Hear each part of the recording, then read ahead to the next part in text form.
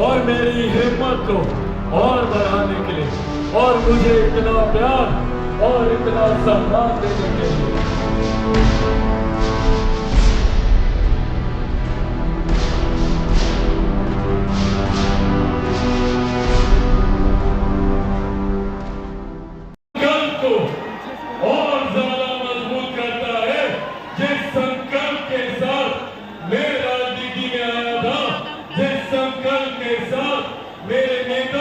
मेरे पिता आदरणीय रामविलास पासवान जी ने मुझे लोक जनशक्ति पार्टी रामविलास की जिम्मेदारी देने का काम किया था और वो संकल्प है मेरे बिहार को एक विकसित राज्य बनाना, देश में सर्वोच्च राज्य की श्रेणी में लेके जाना।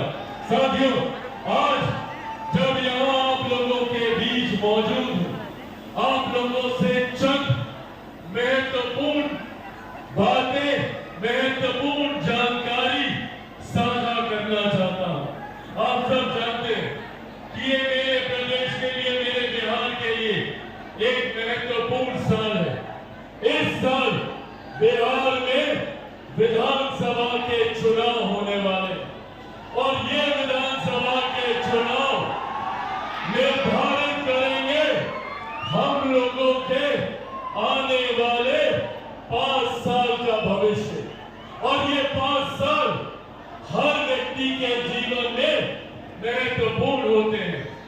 लोकसभा चुनाव के दौरान हम लोगों ने देखा कि किस तरीके से विपक्ष के नेता, विपक्षी दल झूठी बातें फैलाकर हम लोगों को भ्रमित करने का प्रयास करते हैं और पुनः ये षड्यंत्र आने वाले महीनों में रचा जाएगा। चुनाव समीप आते तक भ्रमित बातें कही जाएंगी, झूठी बातों को बार बार दोहराया जाएगा ताकि हम लोग उसे सच मानने लग जाए।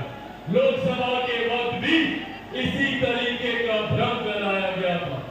आज जब हम लोग इस बहुजन भीम संगम में हम लोग मौजूद हैं, तो आज मैं मेरे नेता के नेता, जिन्होंने देश का मार्गदर्शन करने का काम किया, जिन्होंने देश को संविधान देकर एक व्यवस्थित व्यवस्था के साथ देश कैसे सुचारू रूप से आगे चले इसकी व्यवस्था करने का कार्य किया। आज मैं भारत रत्न डॉक्टर बाबा साहेब भीमराव अम्बेडकर जी के चरणों में नमन कर मैं चुनाव लड़ूंगा।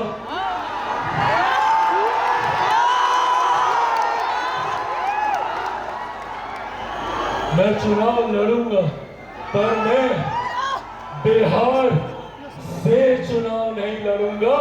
मैं बिहार के लिए चुनाव लड़ूंगा, बिहार के लिए चुनाव लड़ूंगा। और चिराग पासवान 243 सीटों पे हर जगह चिराग पासवान बनकर बिहार फर्स्ट, बिहारी फर्स्ट की सोच को मजबूत करने के लिए चुनाव लड़ने का काम करें। जहां पे भी गठबंधन के साथी होंगे, चिराग पासवान उस गठबंधन के साथी में भी खुद को चिराग पासवान बनाकर वहां से चुनाव लड़ेगा, ताकि आने वाले दिनों में हम लोग सही मायनों में बिहार को फर्स्ट और बिहारियों को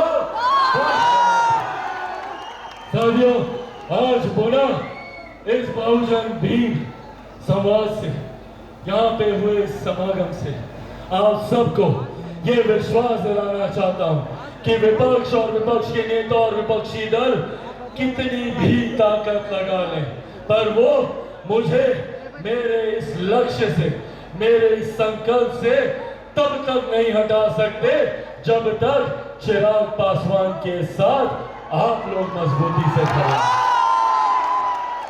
दीजिएगा मेरा साथ।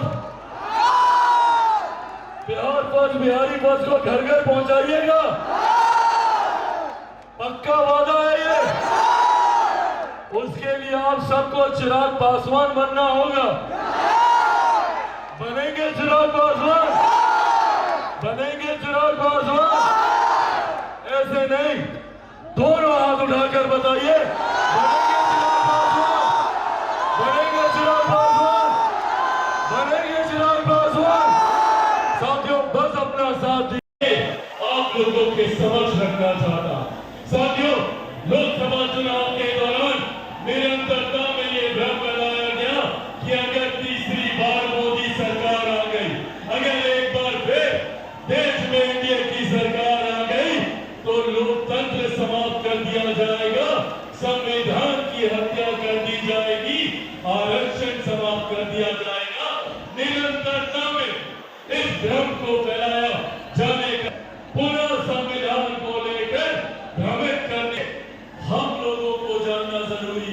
कि जो लोग आज संविधान की हत्या की बात करते हैं, सही मायनों में अगर देश में किसी एक कालखंड में अगर संविधान की हत्या की गई थी तो वो 1975 में आपातकाल लगाकर सही मायनों में संविधान की हत्या करने का काम कांग्रेस, उनके नेता और उस वक्त की प्रधानमंत्री इंदिरा देवी जी के द्वारा की गई थी।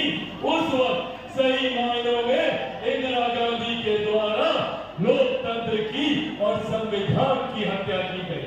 उस वक्त का दौर और जितने लोग आज इस तथाकथित इंडिया अलायंस का समर्थन करते हैं, पूछने की जरूरत है इन लोगों से कि क्या आपातकाल के ये लोग भुक्तभोगी नहीं है। पूछिए राजद के नेताओं से जो आज कांग्रेस की सरकार का समर्थन करते नहीं करते। पूछिए इनसे कि भैया आपातकाल के वक्त क्या ये जेल नहीं गए थे? क्या राजद के वरिष्ठ नेता ये लोग जेल नहीं गए थे? आज नेता प्रतिपक्ष बिहार में सवाल करते हैं हम लोगों की केंद्र की सरकार से, संविधान को लेकर, लोकतंत्र को लेकर। पूछिए इनसे कि आपातकाल के वक्त जब जयप्रकाश नारायण ने संपूर्ण क्रांति का नारा दिया था, जिसमें नेता प्रतिपक्ष के पिताजी भी उसमें साथ में थे, तो वो नारा किसके खिलाफ था? जयप्रकाश जी का वो संपूर्ण क्रांति का नारा इस कांग्रेस की सत्ता को, सरकार को उखाड़ फेंकने के खिलाफ है। पर आज